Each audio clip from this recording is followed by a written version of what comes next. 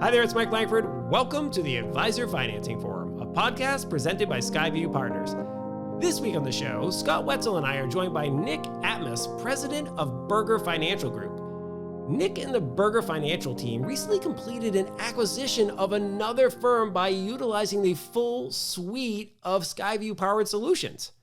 The deal started with listing Berger Financial as a buyer on Appbo and verifying their purchasing power score. From there, they were introduced as a prospective buyer to a firm in Arizona. Once the match was made, they leveraged the power of the SkyView investment banking team and closed the deal using financing secured through SkyView lending. You're going to love this episode of the show as we dive into a lot more than just how the deal was made.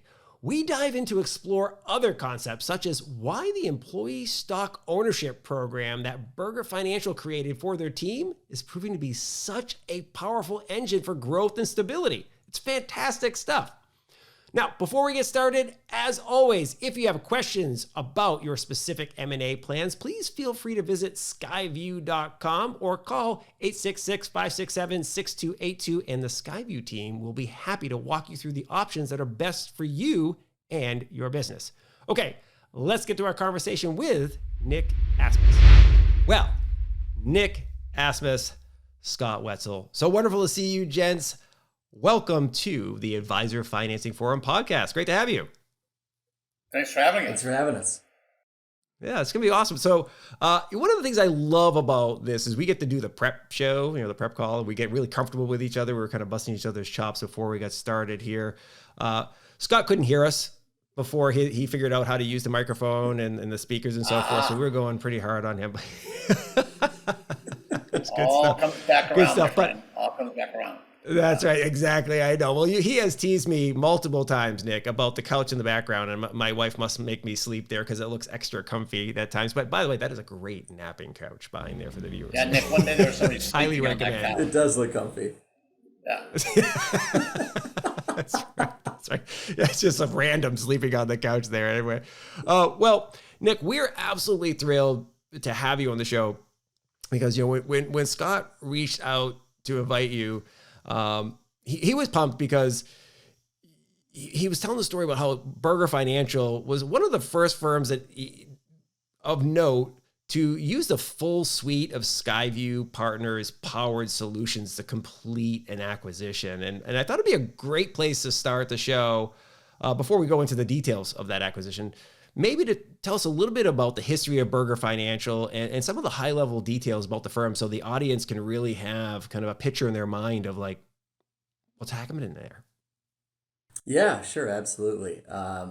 So, just to get started, high level, we now, after this acquisition, manage roughly $1.5 billion.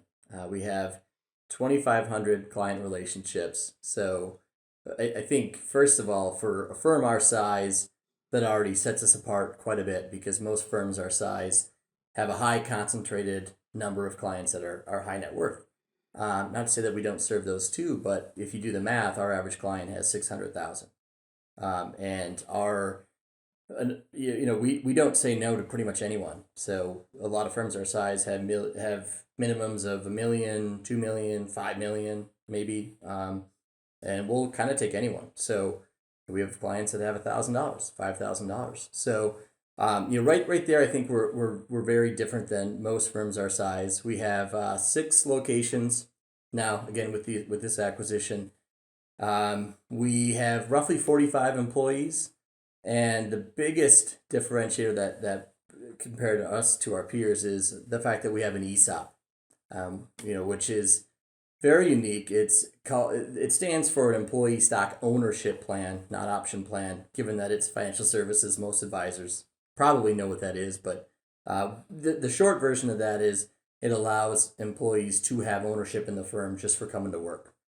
That's kind of how an ESOP works, and there's only 10,000 in the country. There's only 2 others in our space that I know of. So it's that makes us pretty unique. But to get started, we 1981, the firm was founded by Larry Berger, so 40 years ago as of this year, and we just have grown slowly over time until about 2010. Then we got involved in acquisitions. and this was our 12th acquisition that we just completed. So over the last 11 years, we've been pretty aggressive in the M&A space. That's fantastic. So I love that there's so much unique there. I love the fact that, the strategy is, hey, we'll work with anyone as a client. And it's kind of like, almost feels like a mission driven firm, right? That you want to make sure you're providing financial services and advice and guidance to anyone who needs it and who comes to the firm. And I also really, the notion of the employee stock ownership program is fascinating too, because, in conversations I've had, and Scott, maybe you might echo this, one of the challenges, actually we have talked about this, Scott, you and I, one of the challenges that often happens when junior staff or junior advisors want to acquire the business as the older advisors look to age out, the initial owners may be looking to age out. One of the things that Scott's pointed out is that's often problematic because they don't have any equity share, right? And so it's very difficult for them to buy a firm that they own nothing in now and they haven't built up a nest egg or whatever. Scott, would that be something that you would be in favor of other firms doing? I just, kind of a little aside here. It might be helpful, right? Yeah, it's very helpful for what Nick's doing, and I've not seen it elsewhere. Setting up an ESOP is also, you need to meet some minimum eligibility requirements. I'm vaguely familiar with them, but I think it's an extremely powerful tool for really addressing that problem, that if you're a junior advisor at any practice, you're really beholden to that owner, that hopefully someday they decide to transfer ownership to you at the near or at the end of their career. Whereas with the ESOP structure, you're actually getting to participate in the equity and the growth of the firm at a much earlier stage, and that equity is locked in. You're not.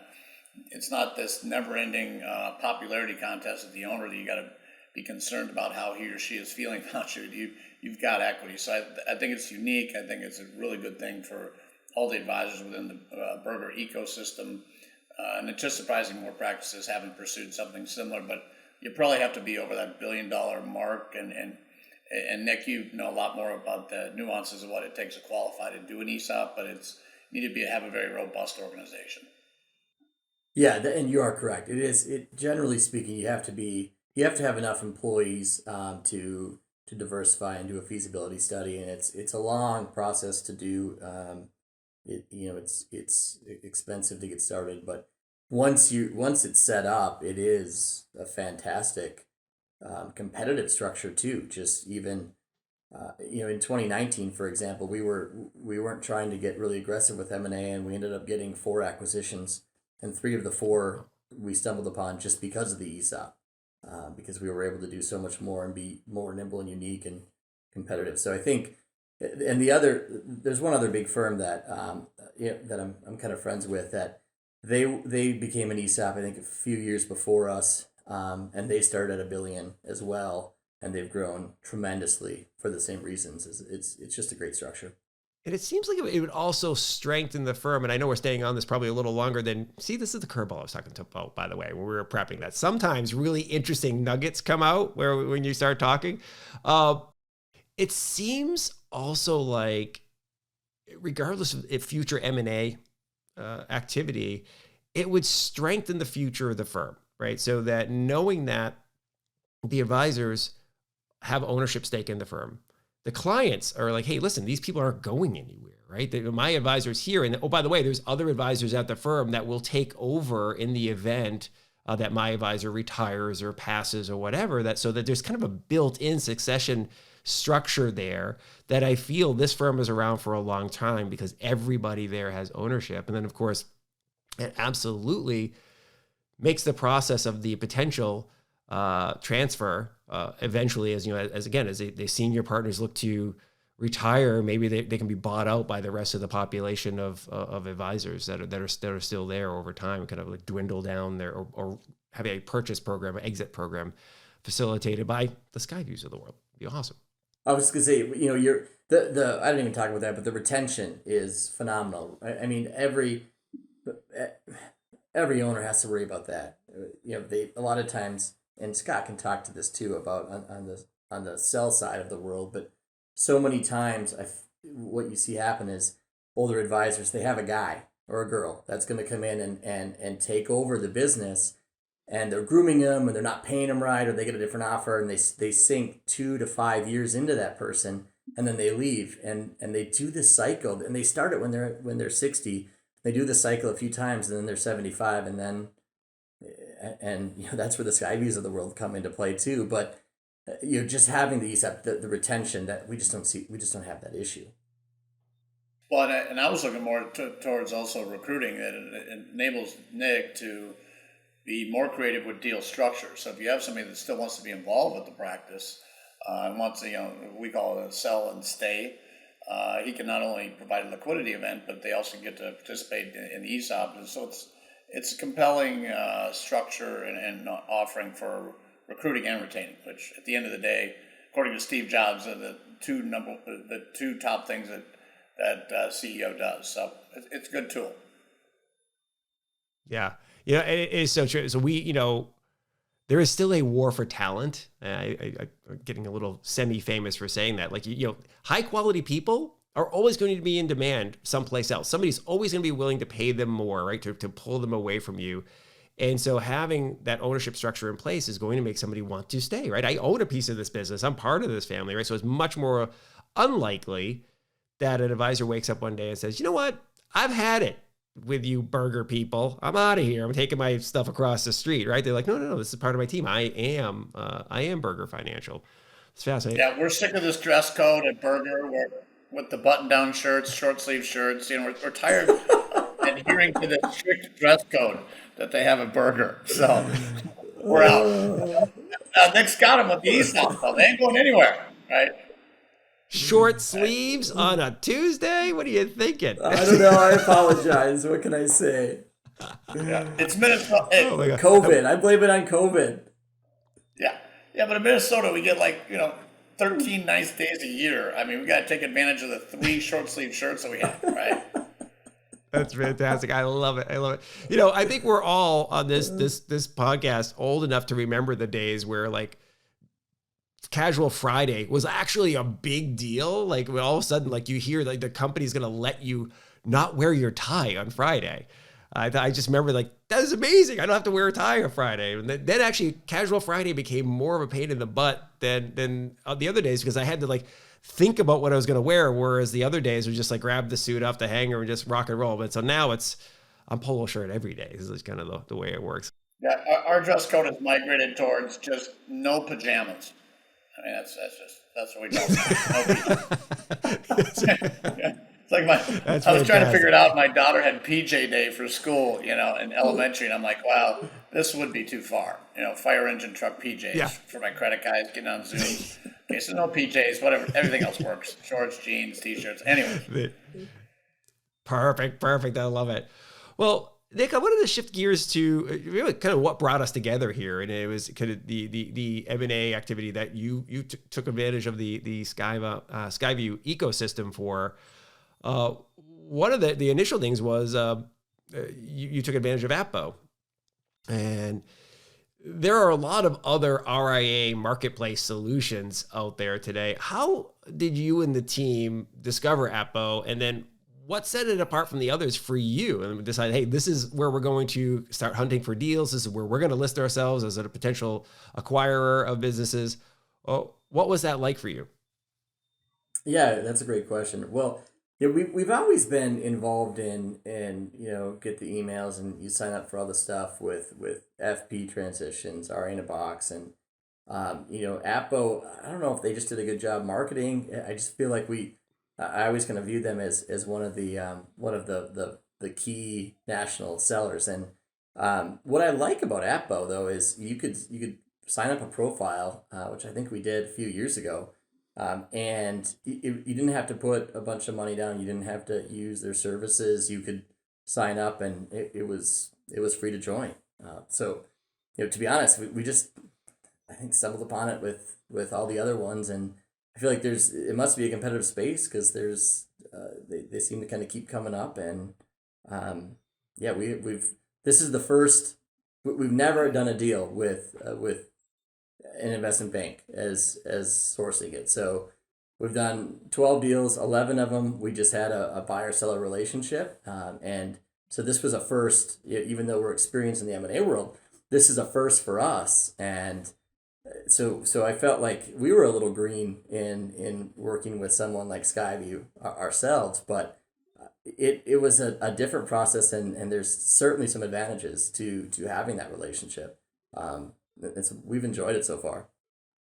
Yeah, Nick, I appreciate you pointing out too that we really sought with Appbo for really a democratization of the buyer universe out there and really provide a Zillow type experience that really any advisor could go on, register for the site, see the listings, and compete for any listing on the site at absolutely no monetary commitment. The only commitment is just providing enough data that we can produce a purchasing power score for you. So that's been really the whole genesis behind the site since day one. We are launching some designations next month that will come with fees associated with additional features. But really, at the end of the day, the site is really intended to allow everybody to compete on a level playing field and compete, across the nation or across town. It's fantastic. So, Scott, many of our conversations on this show historically have tended to lean towards referring to the M&A partners as kind of the advisor, right? So it almost feels like we're talking about a solo RIA frequently, and I know that's not the case. SkyView works with firms of basically every size, and particularly when we're talking about Berger Financial, it's a fairly large RIA. Although Nick was, I think, being a little demure and saying that's kind of just average size. I think it feels pretty big to me. And they've got a good sized staff, as you said, about 45 folks. That's a real business, right? This isn't just, like some guy like me running a business out of, his house and having a distributed team. This is this is a real renting out his business couch with employees. Renting out his couch to vagrants. It's called a multi-purpose facility. Next time, Scott. Airbnb in the back, exactly. Podcast in the front. Look, it's all about. Are you claiming it on your taxes? How do you make? That's right. Maximizing revenue, right? You got to do it where you can. I recently learned about the Augusta rule. Apparently, you can rent out parts of your house for a couple of weeks a year, and you can get tax-free income from that. So I'm going to take advantage of that bad boy. You're awesome. Well, anyways, getting back to the fact that Berger Financial is a real business, right? Unlike my couch rental business in the back there. So let's dive into how you and the SkyView team go about serving a firm like Berger and its growth goals, maybe versus just a solo RIA, because there are many more needs, right? There's a larger firm at stake. There's employee stock ownership program, right? So what are some of the things that kind of set working with a larger firm apart versus the individuals? Well, what's interesting about our relationship that really came to fruition with Berger is really they were a counterparty to our investment banking sell side client, and through Appbo, Berger signed up on Appbo. They had ranked very highly on a state basis and also on a national basis. I believe they're in the top 25 in purchasing power nationwide. And then when we listed a practice for sale in Arizona from one of our investment banking clients, Berger had provided an indication of interest, and I think we had 70 plus indications of interest for that practice. It's really been quite fascinating recently to see the interest in practices in more tax accommodative states such as Arizona, Texas, and Florida. The multiples and the interest we're seeing driving valuations there are really kind of exciting for us, obviously, and for the RIA community and for the entire RIA universe. But really, that's how Berger. We were aware of Berger. They were in the Minneapolis marketplace. I think one of the top 5 largest firms in Minnesota. So we knew them, had a relationship with them, no business relationship with them, but really they were a counterparty for our investment bank.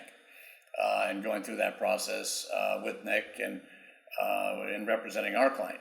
Now, the other side of the house, we have a SkyView Investment Bank, which resides here in Los Angeles. And then we have SkyView's credit facility, which resides in Minneapolis. The investment bank and the credit facility have very different clients in the sense that we're representing the sell-side advisor and the investment bank. But it's very different that the client for the credit facility is the borrower slash buyer.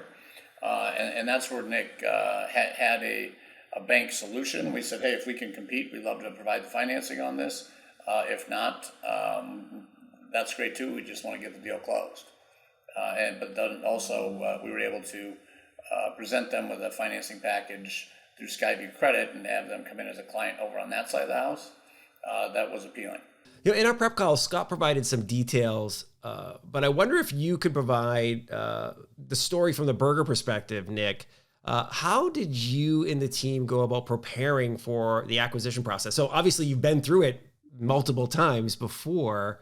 What does that overall process look like for a firm like Berger? Like, okay, are we just constantly hunting, or is it something where like you reach a certain growth point and you're like, we want to acquire another business in a certain area? Can you mind taking us through that process on your end? Yeah, absolutely. Well, first of all, it's funny you say that because a lot of advisors want to acquire, and there's all these quotes on ratios of 20-1 or 40-1 or 70-1 depending on the area. And in my conversations, there's not as many repeat buyers, and I wish that wasn't the case, but for some reason I don't know if that many actually go through it and do it. It was interesting because I think for those that do want to buy, I think having an investment banking partner first is the way to go. For us, it was really strange because it felt backwards. We're used to putting our own pitch book together, doing all this stuff and trying to schedule the conversations, trying to manage the process, and we didn't know what it was like to have someone do that for you. So in a lot of ways, we kind of felt like, we were all anxious to do stuff, and it was kind of hurry up and wait, just to be able to rely on them to lead the process. So it was strange for us from that perspective. But I think for firms wanting to do it, it would be great because even if you don't win, right? Scott made a comment. There was 70 firms that were competing for Arizona. I think going through that a few times is a prudent decision because you're going to learn so much. Speaking of ourselves, we in 2019 when we were aggressive with acquisitions, I told you that we did 4. I think we talked to over 40 firms. So there's a lot of times where we say no or they say no, and it is a contact sport to some degree. And so I think it's a great it's a great experience. I don't know if I really answered your question, Mike. Did I kind of went off on a tangent? No, you did. Well, it's fine. I like it though. I mean, just the notion, I mean, that right there is a really important point for any firm who's interested in acquiring another firm is that, look, you're not going to be the only suitor. And even if you are the only suitor, if you've come to a firm and you're the only one, congratulations, you're lucky. But that probably isn't the only one you should look at either, right? You're looking for a good match. You're looking to add the right business to your business, right? For growth. You don't want to just acquire the first one you come across, right? Is that the way you go? Or do you look at, you make a decision and you're like, I want to look at, like you said, 40 and then whittle it down to 4? Or is it just, you're just constantly looking and evaluating deals as you go along? Yeah, it's that we're always looking for good deals, and I think sometimes too we're well connected in our space, especially locally, and there's been times where we find a seller has talked to one of our friends, and we'll call each other up and say, well, what? I don't want to compete again. If it's a better fit for you, you take it, right? This is for the clientele or whatever. Why don't you? I'm not going to step on your toes, so to speak, too. So. I think sometimes it is just all about finding the right fit and the right culture, and it kind of has to match. Yeah, and to that point, for us, we put everybody, each prospective buyer that provides an indication of interest through a 10-phase diligence process to boil that down, make sure that we're all on the same page in terms of our sell side clients' key transaction objectives and what's really important to that advisor and in selling, merging, partnering with their practice. And at the end of the day, we were able to make introductions for our sell-side client, I believe 10, 12 different advisors throughout the country. and Berger and another couple firms were the finalists. But at the end of the day, that's really then out of our hands, because as the investment bank, we want to ensure that we're meeting the client's real key objectives. But then when it comes down to that cultural, intangible, personal fit, that's left to our client. As much as we thought Berger was exceptionally competitive, we really had no clue who our client was ultimately going to decide to partner with. And at the end of the day, that Berger was the best fit for them culturally, and for many other reasons as well. Yeah, we on that point, we did feel, trying to say this as humble as possible, we actually felt very confident with that acquisition, because we just aligned. Like, there were so many things we had experience in that they had experience in. Even just, I said earlier, we take anybody, they take anybody. We have a tax practice, they have a tax practice. There were several other things too where we just stepped back and like, wow, this is a dream match, because it was perfect from our perspective.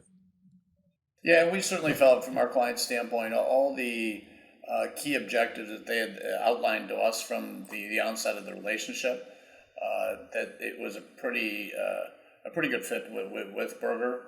But again, that those intangibles, if they don't care for button-down shirts and short-sleeve shirts, and that's just their culture, and they didn't care for Nick, they don't care for Nick. And that was definitely not the case. There's synergistically, I think, between the two, our client and with Berger Financial, I think it's a merging of two great firms that are going to do a lot more together than separately. She actually told me I wore a suit the first meeting, and she told me next time I came down, she said, "Don't wear a suit. Don't, like, you were overdressed." Well, I'm glad we're kind of half joking here, but this is really true, though. Culture matters, right? And not only does it matter for the team and in the workplace, but it matters for the clients, right? So if they've built a practice where people are walking in short sleeve shirt type of more of a relaxed feel to it, and personable type thing, and not the oak office type deal with the suit and tie, you're not going to be a good fit. It's going to be a cultural challenge. So we're kind of half joking about this, but this is reality. Finding a good fit, not only economically and business wise, but there's a big component. And I always joke about it, like, listen, clients have a choice of any financial advisor out there, right? They all sell the same stuff. They all charge about the same price, and they all have about the same level of services. I mean, some offer more complex services and so forth in terms of tax planning and the like, but they are choosing you because of you and the firm, right? And so there's going to be a level of continuity should be happening when you've acquired another business. Well, and you're right. It's a relationship business. Yeah. Go ahead. 100%. I was going to say, I want to talk about the investment bank in a little more in depth, Scott, and Nick. You chime in, please, as well. Maybe I'm wrong, but I suspect most of the folks listening to this show or watching the show are not all that well versed in how investment banks work and why they can be so valuable to the M&A process. We just talked a little bit about it there. That there is both sides of the equation, right? Yeah, absolutely. If you look at the majority of the transactions in the industry, that the financial advisor is not retaining an M&A consultant or an investment bank. And, I always point out to our prospective clients, like, this is presumptively one of your most valuable assets. And if you're going to let's say, sell your home, which is presumptively another one of your most valuable assets in a much simpler transaction, would you do it a for sale by owner? And there's a very, very small percentage of the U.S. population that does that, whereas financial advisors are very well versed in wealth management. A very small percentage are well versed in M&A consulting. I'd say Nick is kind of an exception, that he doesn't need a buy-side investment banker to help him. He knows this business and knows it well. That's therefore, as a counterparty, it was quite seamless to engage with them. But if you're doing a sell-side transaction, and Nick included, utilizing an investment bank, everyone thinks, well, you're just going out and finding me a buyer, right? No, that's actually the easiest part of the process. The more difficult part of the process is taking them through 10 phases of diligence to ensure that they're meeting all FINRA check backgrounds, they actually qualify and they have financing available, they qualify for, they're credit worthy, and taking them through all the nuances of what it takes to really acquire this practice and be a good candidate and the best candidate, on a national basis of a national pool of candidates from Appbo to acquire this practice. And then also meeting the key transaction objectives of, what is this client's expectations for purchase price? What is this client's expectations that where we spend a lot of our time around is helping them understand that they can define how they exit the industry and that your buyer isn't defining how you exit the industry and how things work. And that's what you see in a lot of transactions without an investment bank is, many buy-side advisors, they want to just dictate, well, here's how we value your firm. Here's our process for eliminating you from our roster. We're going to send a retirement party in 2 weeks. It's going to be a lot of fun. And then goodbye. But you have to move all the clients too, by the way. Whereas utilizing an investment bank, we're sorting through the buyers quite quickly and determining which buyers really understand how to get this done from a mechanical standpoint of the actual process of acquiring, but then also understanding that every single one of our sell-side clients has different wants, needs, interests, desires as it pertains to, everyone focuses on purchase price. I mean, that's the easiest part, but what do they want their life to look like post-transaction? In Nick's case, the advisor wants to be a part of the practice for X amount of time and then move on into retirement in a fairly short amount of time. And we identified with Nick that he not only has a process for acquiring practices, but he has a very defined process for transitioning the practice so that transaction will be successful and will not be burdensome on our client post really our investment banking engagement is extremely critical to us. What is your process?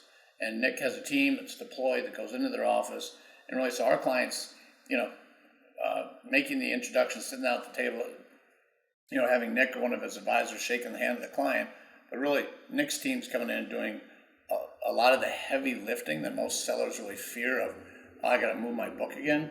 The good news is savvy buyers have an internal team in place that goes in and does that for you. So as the investment bank, we're working through to make sure that we're finding absolutely the best buyer for you who really knows how to get this done. Is going to be a seamless process. And sorry, Nick, but as a counterparty, we push purchase price as high as the market will provide. And at the end of the day, I was aware of that. Sorry about that. Yeah. But we well, do. I mean, all joking aside, there's truth to that. It wasn't. It was fairly priced. It wasn't necessarily a. If we didn't have as much, accretive alignment, we would have walked away. But I don't mean to interrupt, Scott. But it is. If I was selling, I mean, this is. We always tell this to sellers. This is the most important for a lot of these people, other than having kids. This is the most important decision of their life. This is like the biggest transaction of their life. I tell our team that. Like, you gotta, and if that's true, why wouldn't you want to go through the extra steps to make sure it's fairly valued, to make sure, even, I'm sure you do, Scott, I don't know, do you guys do a due diligence process to get it ready and make sure? I mean, I'm sure there's things you follow with that too, to make sure. In terms of onboarding a sell-side client, you mean? Yeah.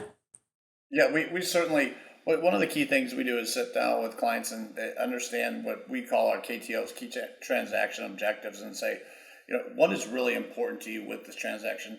You define to us exactly how you want this to proceed, what the terms, conditions, what's your retirement, what you want this to look like.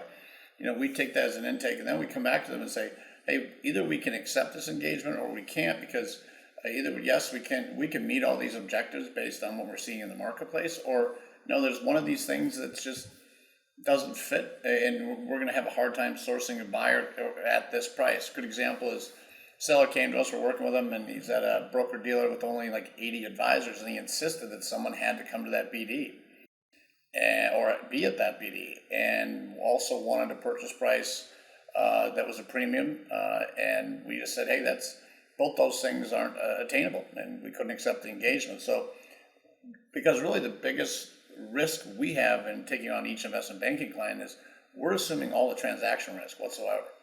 There's absolutely no termination, no penalty fees. if someone comes to us, and it's happened, and says, hey, you know what, I kind of decided I want to keep working. And it just happened to us, and I said, hey, Steve, hey, I'm happy for you. I don't know why you sell in the first place. I think you got a great practice. I think you should keep doing what you're doing. You're a young guy, and keep moving on. But really, that transaction risk is borne by us getting that transaction to close, not by our sellers. So at the end of the day, we need to make sure that, number one, we're not in the business of selling people on the concept of selling their business.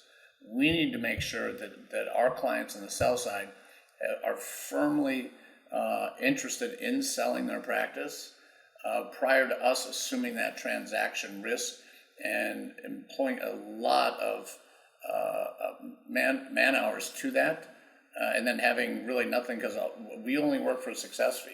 So if there's no closing, we have a lot of sub cost. One of the things that I heard was a recurring theme in what we were just discussing here was the value of working with people who have done this before. Most advisors in RIA firms, if they're going to sell the business, they're only going to do that once, right? So they've never done that process before. So on the sell side, chances are this is the first time they've even thought about doing this and then started walking down the road to this. On the buy side, there may be firms like Berger Financial that have done multiple acquisitions and they're experienced in it. And as you said, Scott, they're getting more comfortable with the process. They know the questions asked. They know where their process lies and where's their yes and where's their no point and all that type of stuff. But to have another firm, a third party firm involved, that's like, hey, look, we've done this before. Let us coach you, seller, on the things that you need to be thinking about. Let's make sure that this is the direction you want to go, because we don't want to have all that sunk cost here and then have somebody who walks away from the table at the end. And then on the buyer side, yeah, let's make sure we find you the right firm. It's really, really a smart process. Right, and also, Nick had a very defined process in his acquisition strategy, transition strategy, everything else, but also had market awareness of where market pricing is going today. And market pricing is going dramatically higher than what you'll see in any valuation. I think our average closing right now is pricing about 165% over valuation price, which is just indicative of actual market price. It's not inflated pricing. If you look at, we have relationships with all the PE firms. Their valuation matrices are exceptionally high, and we're pricing to that. And Nick, when we engage with them in some of the first calls, we get a lot of hate mail usually that SkyView investment banks overpriced. He said the same thing he said earlier in the call, which it was well priced. It's a good thing he has a keen interest in golfing in Phoenix. That helped, I think. But also, Nick understood that this is current market pricing. We're not overpricing. This is PE is willing to pay at these prices. Therefore, if we have individual buyers coming in that are not PE backed, they need to be competitive with what PE is willing to offer. And we think that we have a solution for the buy side with bank financing, that we can get the buy side competitive with PE through a bank note. Well, and that's a good point, Scott. That's how we felt. I felt like it was fairly priced, which I think on some metrics people would define that as it was expensive. But I think it was fairly priced. But the nice thing is like Scott said, we had a banking relationship here locally, and it was great. It's a good relationship.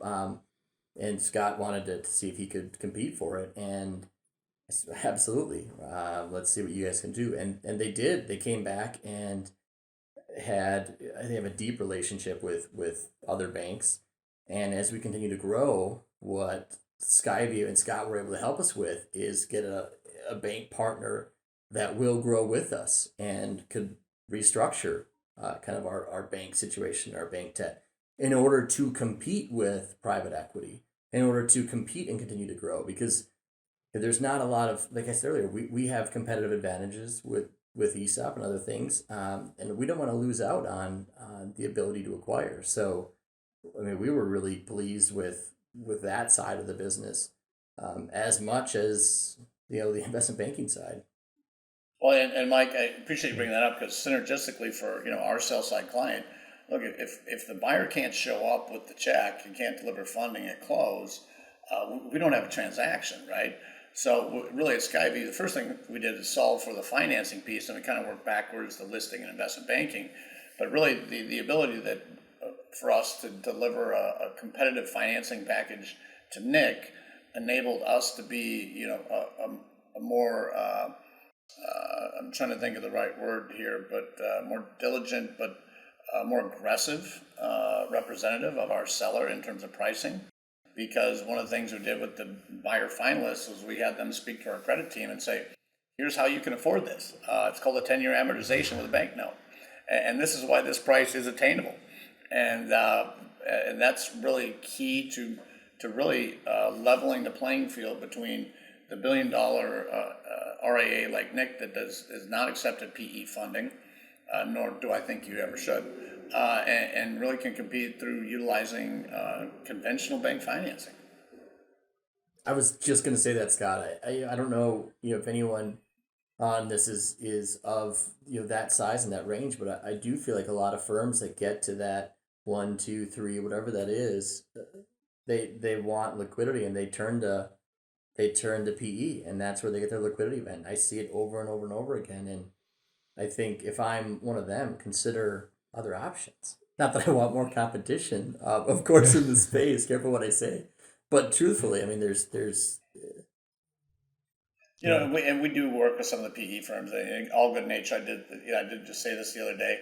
Yeah, I think a sentence that's never been said on Wall Street is, I just got the best deal from a PE firm yesterday. No, PE partnerships are interesting. But, if you're on the sell side, though, as an advisor, PE firms are coming in and they're extremely aggressive. These are really smart people. They're pricing at levels that we've never seen before. The historic 2 or 2.5 times revenue, we can just throw that out the window. It's over. PE has changed the game. And really, at the end of the day, raise market prices for everybody, Nick included, that now his practice is worth a lot more because that injection of capital that PE has provided. That's fantastic. Quick question before we, because we're getting ready to wrap it up here. I see we're getting close to the end of our time together. Are there any other, is there firm size requirements for working with the investment banking side at SkyView, or is it just, Yeah, we're looking for an engagement. The amount of time and resources that goes into each engagement really does require us to put a bit of a floor in. So we're really looking at firms with probably a minimum of 75 million in AUM and a purchase price of $1.5 million, $2 million, and then all the way up. Because really the complexity of the transaction does not change materially with the size of the practice. Actually, when you're dealing sometimes with a much larger practice, let's say Nick needed assistance in selling Berger, but he's only 15. No, but Nick looks very young for his age. But at the end of the day, thank you. selling a more sophisticated practice is a heck of a lot easier, and a larger practice typically, is with that as well, because they have everything defined policies. They have utilizing Salesforce. Whereas in many cases, we have to go in with sell-side clients and help them really kind of stage their home, for lack of a better word, and help them kind of clean up some of those client databases, kind of update their social media, update their website to make them most presentable to the buy-side market. Yeah, I like that's really smart. I always joke about when do you should be using a professional like an investment banking and using commercial financing through a partner like SkyView Partners. It's what are the consequences of you doing a poor job if you did it yourself, right? And I always tease my dad because he refuses to hire a contractor for anything, right? Just like he's always been a DIY type guy, and there are many occasions where it really shows. Like, Dad, did you hang this door yourself? It looks fantastic. But there are certain things where it's like, okay. I think it's safe to say that I'm eating and cooking because we have an investment bank that represents SkyView, and our retainer with them is in the 7-figure range every year. We are an investment bank, yet we require the services of an investment banker to get other things done here at SkyView that we are not well nuanced at. We're very, very good at what we do within the RIA marketplace, But when it comes to engaging bank partners and bringing on those relationships, we rely on the expertise of an investment bank, and I couldn't do it without them. That's phenomenal. That's fantastic. Well, Nick, we're getting ready to close it out, as I mentioned, but I'd be remiss if I didn't ask, this is one of my favorite questions to ask is, what are a few things that you've learned along the way, or what are things that maybe you wish you knew before, or maybe even more fun way of putting it is, what were the surprises? What were the surprises that popped up, whether it's this transaction or others that you've been like, oh, didn't see that coming, kind of wish I knew that was coming, and here's what I would do differently in the future? Well, and I think Scott said this earlier too. I think the number one, especially for people who haven't bought before, is everyone talks about price. Price should be last. And I heard experienced people talk about this when we started getting aggressive too, and I didn't get it as much as I do now. That price is important, obviously, but culture is number one. I mean, it has to be a match. Culture is the most important because you can kind of make any price, terms can fluctuate. You can make the price work as long as people are reasonable. So I'd say that's the biggest thing. The other thing I think as a seller is just people don't think about, or it depends how you look at it, either a seller or buyer. Retention is, if you do it right, retention's high. A lot of people I think have a fear that we're only going to retain 75%. We're only going to retain 85%. I mean, if you do it right over our 12 transactions, I think we're averaging somewhere between 93 and 96% client retention. Nice. Across the board. So, and I don't think that's an aberration. I think that's kind of the industry norm. So, I think those are two things that I would think are probably the biggest surprises. And Mike, I'll throw in the number one thing for us. It's always amazing to me that financial advisors spend their entire career listening to their senior citizen clients talk about their jelly bean collections, but then when they go to buy an advisor's practice, they fail to do the same thing they've been doing their entire career, and it's just listen. And working with Nick and our top buy side candidates, Nick was listening to our client, listening to us. This is what is important to our client. Therefore, it is important to us at SkyView. And so many advisors come in on the buy side and say, well, this is how we do things, and we're going to change things. We're taking your name off the door, and we're getting you out of here. Nick listened. And for every other practice we're selling, it's at SkyView, we kind of, without thinking about it, we say, well, hey, this particular advisor, well, he or she listens.